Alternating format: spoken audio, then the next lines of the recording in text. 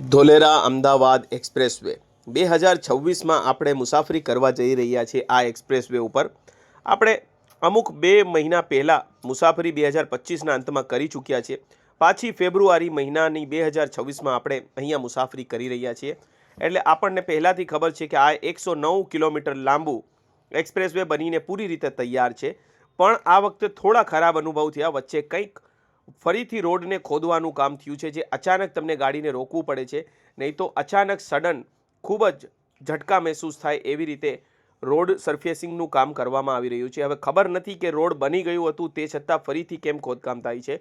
એક તરફ તમે જોશો એલિવેટેડ એક્સેસ કંટ્રોલ બનાવી દેવામાં આવ્યું છે અને બીજી તરફ એક્સેસ કંટ્રોલ બનાવવાની કામગીરી બાકી છે।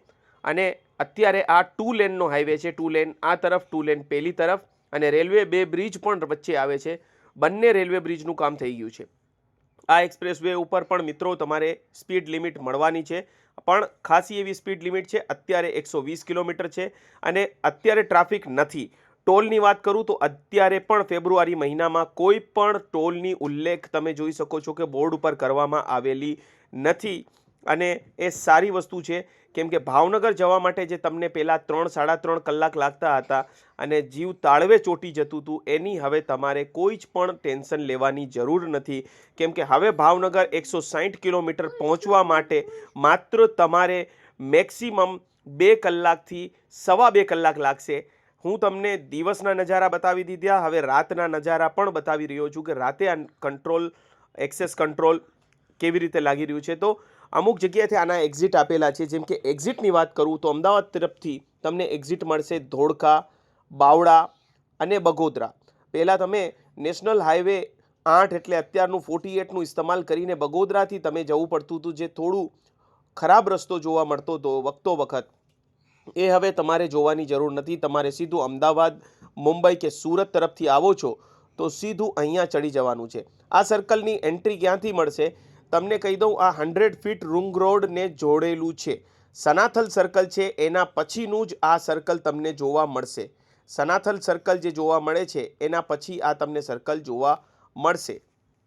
તો દિલ્હી મુંબઈ એક્સપ્રેસવેથી પણ આની કનેક્ટિવિટી છે। એટલે તમે દિલ્હી મુંબઈથી આવતા હો કે દિલ્હીથી આવતા હો તો બરોડા પછી તમે અમદાવાદ એક્સપ્રેસવે અને 100 ફીટ રિંગ રોડ ઉપર એક્ઝિટ લીધા પછી તમારે સીધું અહીંયા તમને સનાથલની પહેલાં તમને આ રોડ જોવા મળશે। તો હું રાત્રિના અને દિવસના નજારા તમને બતાવીશ। આપણે આજ માટે આ એક્સેસ કંટ્રોલ એક્સપ્રેસવેને ફક્ત 40 કિલોમીટર કે 45 કિલોમીટર જ વાપરવાનું છે, કેમ કે આપણે આણંદ જવાનું છે અને આણંદ જવા માટે, પેટલાદ જવા માટે આપણે આ રસ્તાનો ઉપયોગ કરીએ છીએ, જે થોડુંક આપણા કિલોમીટર વધારી દે છે મિત્રો, પણ આપણને ખૂબ જ એવી ઝડપ વ્યવસ્થા આપે છે। હવે આ એક્સેસ કંટ્રોલથી તમે જેવા ઉતરો છો, અમારે આણંદ તરફ જવાનું છે એટલે ગૂગલ મેપ જે રીતે રસ્તો બતાવે છે, આગળ વધ્યા અને એક્ઝિટ લીધું એટલે પ્રોપર એક્ઝિટ બની ગયું છે અને આગળ તારાપુર હાઈવે અમને મળી ગયું અને તારાપુર હાઈવે થઈને અમે પેટલાદથી ધર્મજ ગામ તરફ અમારે જવાનું હતું, એટલે ધર્મજ ગામ તરફ અમે આગળ વધ્યા। તો મિત્રો ખૂબ જ સારી એવી મુસાફરી થઈ ગઈ છે। એટલે બિંદાસ ધોલેરા એક્સપ્રેસવે વાપરી શકો છો, પણ જે મેં તમને કીધું કે થોડો ઘણો ખાડા અત્યારે જાણી જોઈને કરવામાં આવ્યા છે, કંઈક કામ કરી રહ્યા છે એના લીધે, તો થોડું સંભાળીને આંખો ખોલીને ગાડી ચલાવવા વિનંતી છે। બાકી 1 રૂપિયાનો પણ ટોલ તમારે મિત્રો અત્યારે આપવાનો થતો નથી, એટલે પૈસાની પણ બચત છે અને તમારા સમયની પણ ખૂબ એવી બચત થવા જઈ રહી છે મિત્રો। હવે વાત કરીએ મિત્રો ટોલ ટેક્સની। એટલે તમને અમદાવાદ બરોડાનું ટોલ ટેક્સ ખબર છે, લગભગ 145-155 રૂપિયાની આજુબાજુ છે।